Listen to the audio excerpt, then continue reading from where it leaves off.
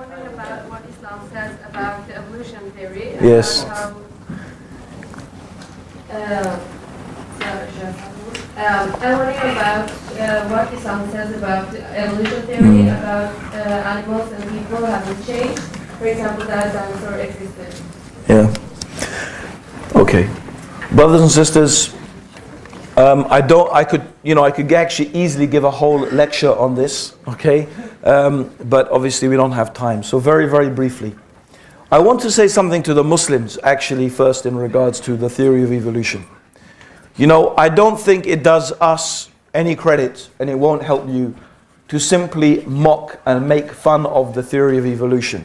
I personally believe that the theory of evolution is a very powerful idea. And it's powerful because it's simple, and it does seem to explain some phenomena that we see and that can be observed in the world in which we live and in the fossil record and so on and so forth. Right? Do Muslims believe in evolution? Well, I wouldn't say that it's a point of, certainly it's not a point of view or it's not a principle of our religion that we have to believe in the theory of evolution. Right? Certainly not. So do we believe it in the sense that it's a dogmatic thing that we have to believe in? Certainly not. Right? However, Muslims by and large do believe that the scientific methodology as a methodology is a good and sound methodology. Okay? And that if science conclusively proves something to be true, that is not something as Muslims we can ignore.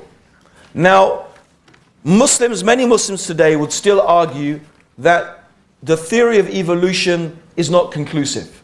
There are still many holes and discrepancies that have not been dealt with concerning this theory, and there is lack of evidence in order to fully say that we can really be sure that this theory has taken place.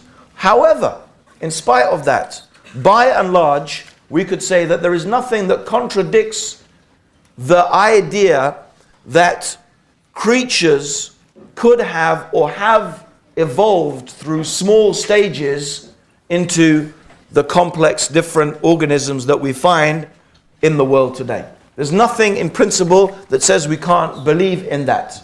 Okay? In fact, the Quran teaches us how the human being is developed through stages of embryonic development.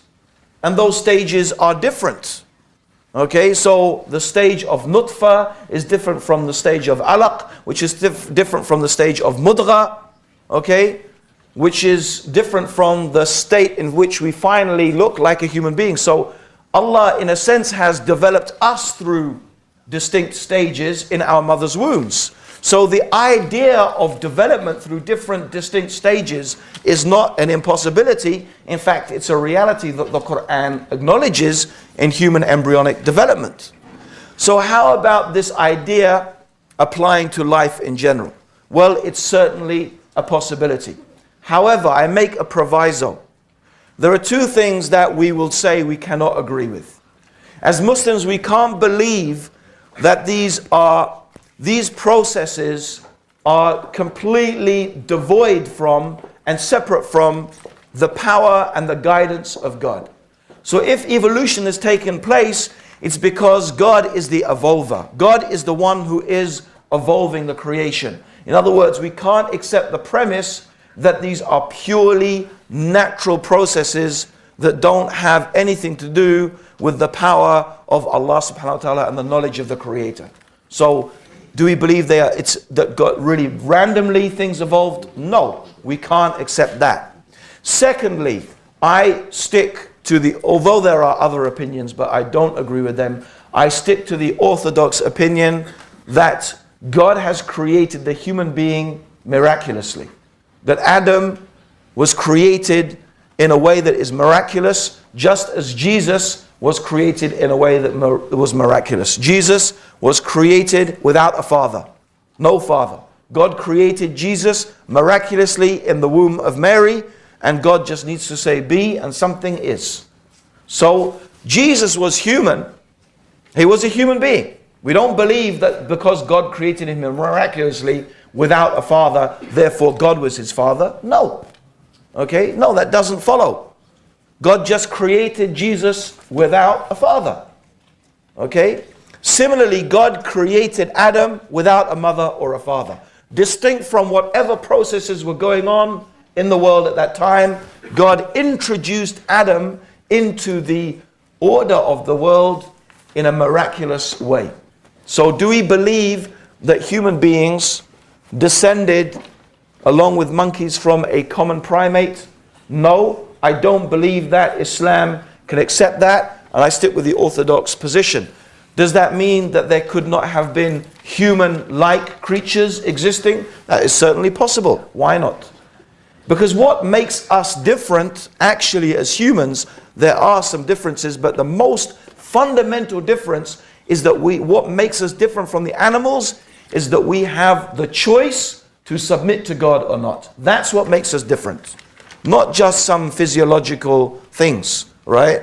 Whether I have, I don't know how my arms are, or my legs are, or my nose is, or whatever. No. My fundamental thing that makes me human and that makes me different from the animals is that I can choose to submit to God or not. I can choose to believe in and obey and worship the Creator or not. That's what makes us different. Yeah? So I do believe, as the Quran teaches, and that's how I literally understand it, that God created Adam miraculously and God created Eve from Adam. Okay? But does that mean that evolution did not take place? Or no, it doesn't. Islam does not have anything to say about that definitively one way or the other, so it's certainly possible. So I hope that answers that question, and Allah knows best.